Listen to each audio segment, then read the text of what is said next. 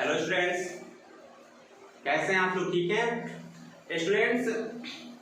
कल के वीडियो में हम पार्ट 3 अपलोड किए थे। जैसा कि आप सभी जानते होंगे कि हम लोग यूनिट 2 के चैप्टर 5 का पार्ट 3 तक हम लोग अध्ययन कर लिए हैं और इस वीडियो में स्टूडेंट्स हम लोग जानेंगे यूनिट 2 के चैप्टर 5 का पार्ट 4। इसमें हम आपको थोड़ा सा और आगे लेके चलेंगे, लेकिन इससे पहले स्टूडेंट्स हम आपको बताना चाहेंगे कि अगर आपके वीडियो क्वालिटी सही नहीं आ रहा हो तो आप सेटिंग में जाके थोड़ा सा क्वालिटी को बढ़ा लीजिए ताकि आपको वीडियो स्पष्ट दिखाई दे। स्टूडेंट्स, आज के टॉपिक को शुरू करने से पहले हम आपके सामने कुछ तथ्यों को लाना चाहेंगे। जैसे स्टूडेंट्स कल कुछ लोगों का मैसेज आया था। मैसेज में उन्होंने हमसे पूछा था कि सर सिलेबस का क्या होगा, क्या बिहार बोर्ड सिलेबस में कुछ कटौती करेगा, क्या हम लोग को ऐसे ही अधिक ग्रेस मार्क्स दे के पास करा दिया जाएगा। तो स्टूडेंट्स ये सारे तथ्य जो हैं यह अलग है, इनका हमारे स्टडी से कोई लेना देना नहीं है। क्योंकि अगर बिहार बोर्ड सिलेबस में कटौती करता है या आपको ग्रेस मार्क्स दिया जाता है, इस तरह का कुछ भी होता है, तो इससे अंततः अगर देखा जाए ओवरऑल तो नुकसान आपको है। क्योंकि आपको जितने चीजों के बारे में जानना चाहिए था और जिस हिसाब से जानना चाहिए था स्टूडेंट्स, उस तरह से अगर आप नहीं जान पाएंगे तो फिर भविष्य में आप इन चीजों को लेके आपको पछताना पड़ सकता है कि आप इन चीजों को नहीं जाने। इसलिए स्टूडेंट्स इन सब बातों पे बिल्कुल अपना ध्यान मत रखिए। आप ध्यान रखिए कि किस तरह से कम समय में अधिक मेहनत करके हम अपने सिलेबस को विधिवत तरीके से सही समय पर कंप्लीट कर ले। ठीक है स्टूडेंट्स, तो चलिए हम लोग शुरू करते हैं यूनिट 2 के चैप्टर 5 का पार्ट 4 का वीडियो। स्टूडेंट्स पार्ट 3 में अगर आप लोग वीडियो देखे होंगे पार्ट 1, पार्ट 2 और पार्ट 3 का, तो आप यह जान पाए होंगे कि पार्ट 3 के वीडियो में हम लोग मेंडल साहब के जीवनी के विषय में जाने थे कि मेंडल साहब का जीवनी कैसे था, जन्म कब हुआ, बचपन का नाम क्या था, किस सन में वह मठ में प्रवेश करते हैं, किस सन में वह पादरी बनते हैं, किस सन में वह वियना विश्वविद्यालय में जाते हैं, उनका प्रयोग किस सन में प्रकाशित होता है, इन सारी चीजों के बारे में। लेकिन इस वीडियो में हम क्या जानेंगे? इस वीडियो में हम जानेंगे कि मेंडल साहब के पहले अनुवांशिकी को लेके, जब मेंडल साहब अपने प्रयोग को बारे में नहीं बताए थे, तो उसके पहले अनुवांशिकी को लेके जो अलग अलग तरह के वैज्ञानिक थे उनके दिमाग में किस तरह के प्रश्न होते थे और किस तरह से वह अनुवांशिकी को लेके सोचते थे कि अनुवांशिकी कैसे होता है, इससे संबंधित कुछ सिद्धांतों को प्रकाशित किया गया है। उन्हीं सिद्धांतों को हम लोग आज थोड़ा सा जानने का प्रयास करेंगे। स्टूडेंट्स यह मेंडल साहब के जीवनी के पहले यानी मेंडल साहब के सिद्धांत अनुवांशिकी का जो उन्होंने सिद्धांत दिया, अनुवांशिकी का जनक मेंडल साहब को कहा जाता है, और वंशागत को लेके जो उनके द्वारा सिद्धांत दिया गया था उसके पहले वैज्ञानिकों की इस संबंध में क्या मान्यता थी उसके बारे में हम लोग आज के वीडियो में देखेंगे। तो स्टूडेंट चलिए शुरू करते हैं। अगर आप हमारे चैनल को सब्सक्राइब नहीं किए होंगे तो आप चैनल को जरूर सब्सक्राइब कर लीजिएगा ताकि आपको सभी वीडियो समय पर आपके पास उपलब्ध हो जाए। स्टूडेंट देखिए यहाँ पे यूनिट 2 चैप्टर 5 पार्ट 4, इसमें मेंडल साहब के पहले कुछ सिद्धांत है जिसके बारे में हम लोग देख रहे हैं। पहला जो है वो है वास्तववाद, वेपर थ्योरी। इस जितने भी सिद्धांत है स्टूडेंट्स यह अनुवांशिकी के संबंध में है, वंशागत लक्षणों के संबंध में यह सारे सिद्धांत हैं। स्टूडेंट्स सबसे पहले वास्तववाद वेपर थ्योरी, इसको देने वाले व्यक्ति का नाम था जो पाइथागोरस, ग्रीक दार्शनिक पाइथागोरस ने वास्तववाद के सिद्धांत को अनुवांशिकी के संबंध में प्रस्तुत किया। इस सिद्धांत में उन्होंने क्या बताया? वास्तववाद के सिद्धांत को देने वाले कौन थे स्टूडेंट्स? पाइथागोरस। अनुवांशिकी के क्षेत्र में वास्तववाद के सिद्धांत को प्रस्तुत करने वाले व्यक्ति जो थे वो थे पाइथागोरस। इन्होंने क्या बताया? इन्होंने बताया स्टूडेंट्स कि हमारे शरीर में जितने भी अंग हैं, शरीर में जितने भी अंग हैं उन सभी अंगों से वाष्प उत्सर्जित होते हैं। शरीर के सभी अंगों से वाष्प उत्सर्जित होते हैं और वही वाष्प नर और मादा जनन जो तरल द्रव्य होते हैं, जनन तरल द्रव्य होते हैं, उसमें संग्रहित होकर निषेचन के पश्चात नए जीव का निर्माण करते हैं, जिससे जनक के गुण संतान में स्थानांतरित हो जाते हैं। स्टूडेंट, तो अभी हम किस सिद्धांत के बारे में आपको बताएं? अभी बताएं हम वाष्पवाद के बारे में। थोड़ा सा ध्यान दीजिएगा स्टूडेंट, अगर आपको इसको लिखना है तो थोड़ा सा वीडियो को आप रोक के आराम से लिख सकते हैं, लेकिन पहले सुन लीजिए, समझ लीजिए। उसके बाद पार्ट 1, पार्ट 2, पार्ट 3, पार्ट 4 और पार्ट 5, पांचों पार्ट का एक वीडियो हम बनाएंगे जिसमें केवल हम सभी का डिफिनीशन लिख के अपलोड करेंगे। वहां से आप डिफिनीशन आराम से लिख सकते हैं। बहुत सारे स्टूडेंट्स ऐसे हैं जिन्होंने बताया कि सर हम इस वीडियो से ही लिख चुके हैं, तो वे लोग धन्यवाद के काबिल हैं। आप बहुत अच्छा मेहनत करते हैं और हम आशा करेंगे कि आप ऐसे ही मेहनत करें और बहुत आगे जाएं। स्टूडेंट्स, वास्तववाद को बताने वाले व्यक्ति थे पाइथागोरस।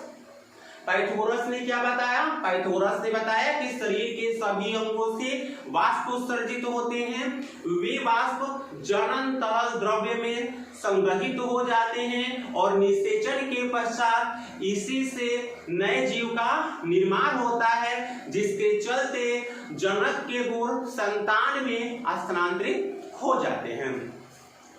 दूसरा सिद्धांत क्या है स्टूडेंट्स?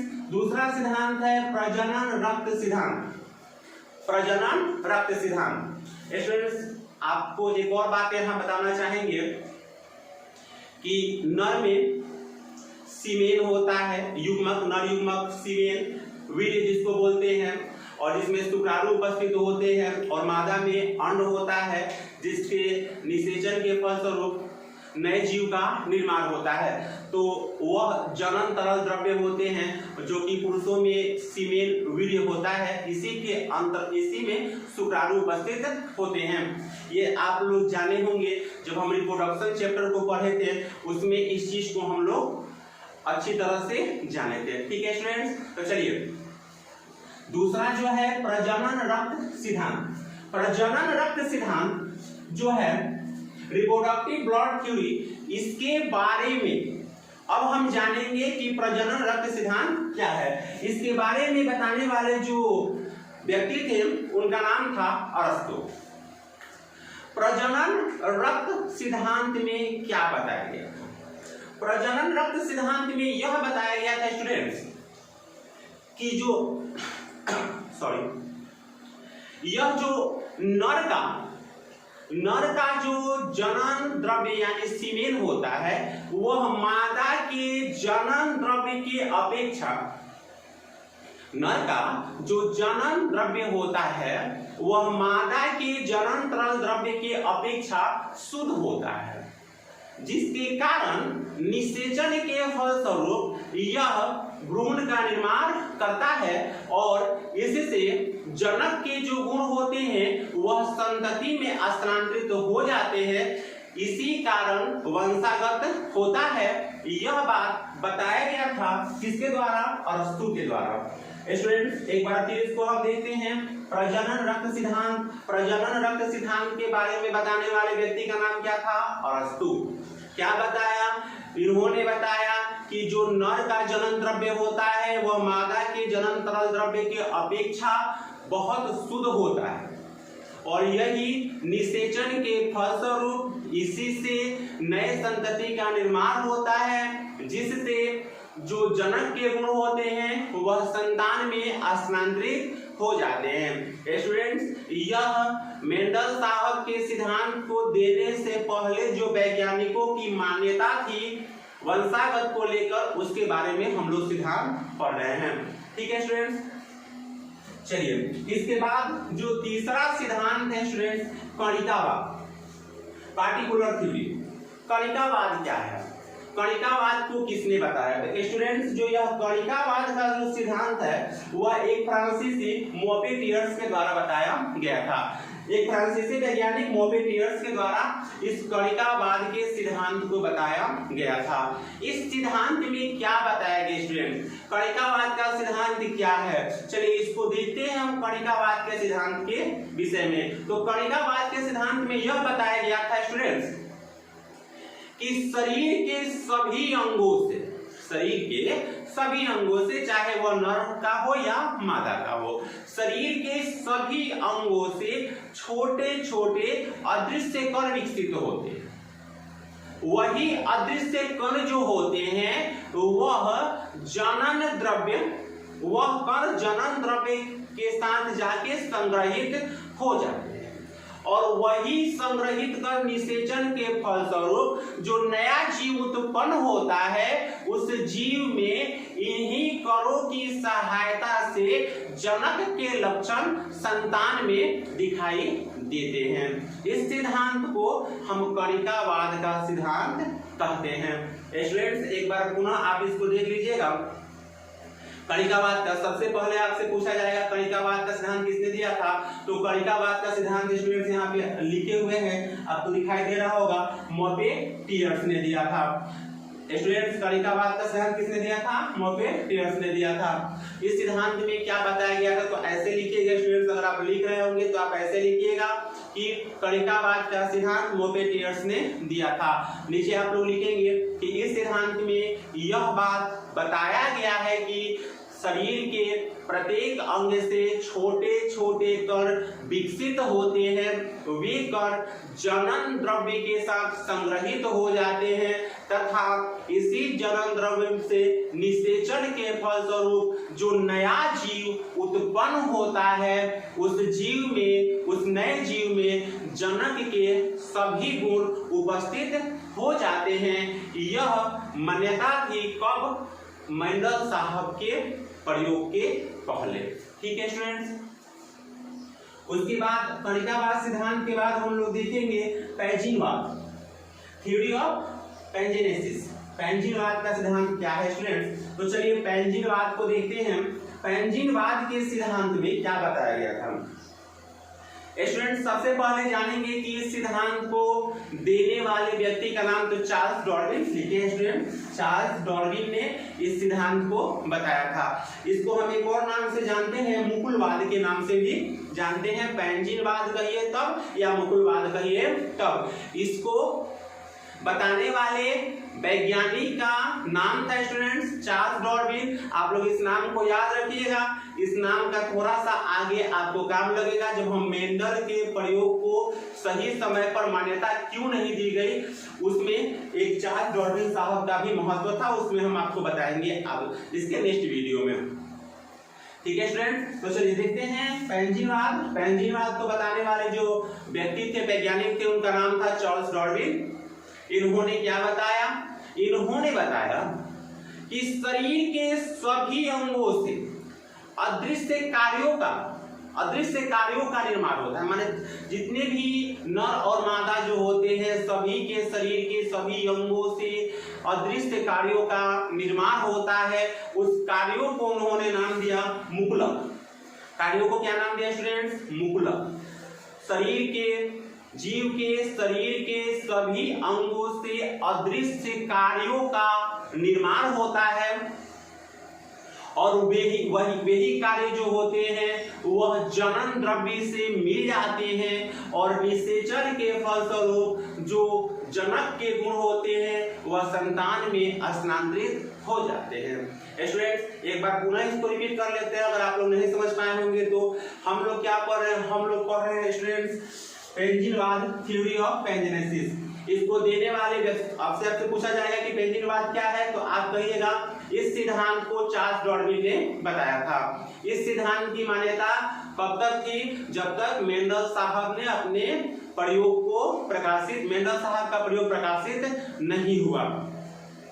इस सिद्धांत में यह बताया गया है कि शरीर के सभी अंगों से अदृश्य कार्यों का निष्पादन होता है। शरीर के सभी अंगों से अदृश्य कार्य जो है वह निकलते हैं। वही कार्य जनन द्रव्य के साथ संग्रहित हो जाते हैं तथा निषेचन के पश्चात वही नए जीव का निर्माण करते हैं, जिससे संतति में जनक के गुण स्थानांतरित हो जाते हैं। स्टूडेंट्स, एक बार हम इसको थोड़ा सा क्विक रिवीजन कर देते हैं। आप लोग अगर ठीक से नहीं देखे होंगे तो हम लोग क्या पढ़ रहे हैं स्टूडेंट्स? मेंडल के प्रयोग के पहले क्या क्या मान्यताएं थी वंशागत को लेकर, उसके बारे में। सबसे पहला सिद्धांत कौन सा था स्टूडेंट्स? सबसे पहला था वास्तववाद। थोड़ा सा इसको हम क्विक रिवीजन करेंगे। वास्तववाद, वेपर थ्योरी, इसको बताने वाले व्यक्ति का नाम क्या था? पाइथागोरस। पाइथागोरस ने क्या बताया? इस सिद्धांत में यह बताया गया है कि शरीर के सभी अंगों से वाष्प निकलते हैं। वही वाष्प जनन द्रव्य में संग्रहित होते हैं तथा निषेचन के पश्चात नए जीव का निर्माण होता है, जिससे जनक के गुण संतति में प्रवेश करते हैं। यह पहला सिद्धांत। दूसरा सिद्धांत क्या था स्टूडेंट्स? दूसरा था प्रजनन रक्त सिद्धांत, रिप्रोडक्टिव ब्लड थ्योरी।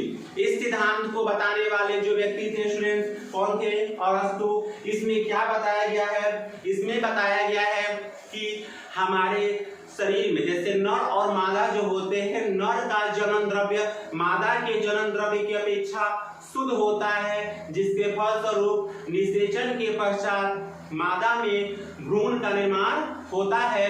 और चूंकि नर का जो द्रव्य है वह शुद्ध होता है, इसी कारण जनक का गुण संतान में वंशानुगत होता है। उसके बाद स्टूडेंट्स कणिकावाद, फ्रांसीसी वैज्ञानिक जो थे मोपेटियर्स ने बताया था इस कणिकावाद के सिद्धांत के बारे में। इस सिद्धांत में स्टूडेंट्स क्या बताया गया है कि इस सिद्धांत को किसने दिया था? इस सिद्धांत को दिया था मोपेटियर्स ने। कैसे लिखेंगे? कणिकावाद को लिख के कैसे लिखेंगे? इस सिद्धांत को बताने वाले व्यक्ति का नाम मोपेटियर्स था। इस सिद्धांत में इन्होंने बताया कि शरीर के सभी अंगों से छोटे छोटे कण विकसित होते हैं। यह कण जनन द्रव्य के साथ मिल जाते हैं और मिलने के बाद निषेचन के फलस्वरूप नए जीव का निर्माण होता है और उस जीव में इन्हीं कणों की सहायता से जनक के लक्षण दिखाई देते हैं। उसके बाद स्टूडेंट्स पेंजिनवाद, थ्योरी ऑफ पेंजिन, इसको किसने बताया था? चार्ल्स डार्विन ने। इन्होंने बताया था कि शरीर के सभी अंगों से अदृश्य कार्यों का निर्माण होता है। यह कार्य क्या कहलाते हैं? यह मुक्लक कहलाते हैं और यही कार्य जनन द्रव्य के साथ मिलकर नए जनन द्रव्य के साथ मिल जाते हैं और निषेचन के फलस्वरूप इससे नए संतति का निर्माण होता है और इसी मुक्लक के कारण जो नए जीव होते हैं उसमें जनक के गुण स्पष्ट रूप से दिखाई देते हैं।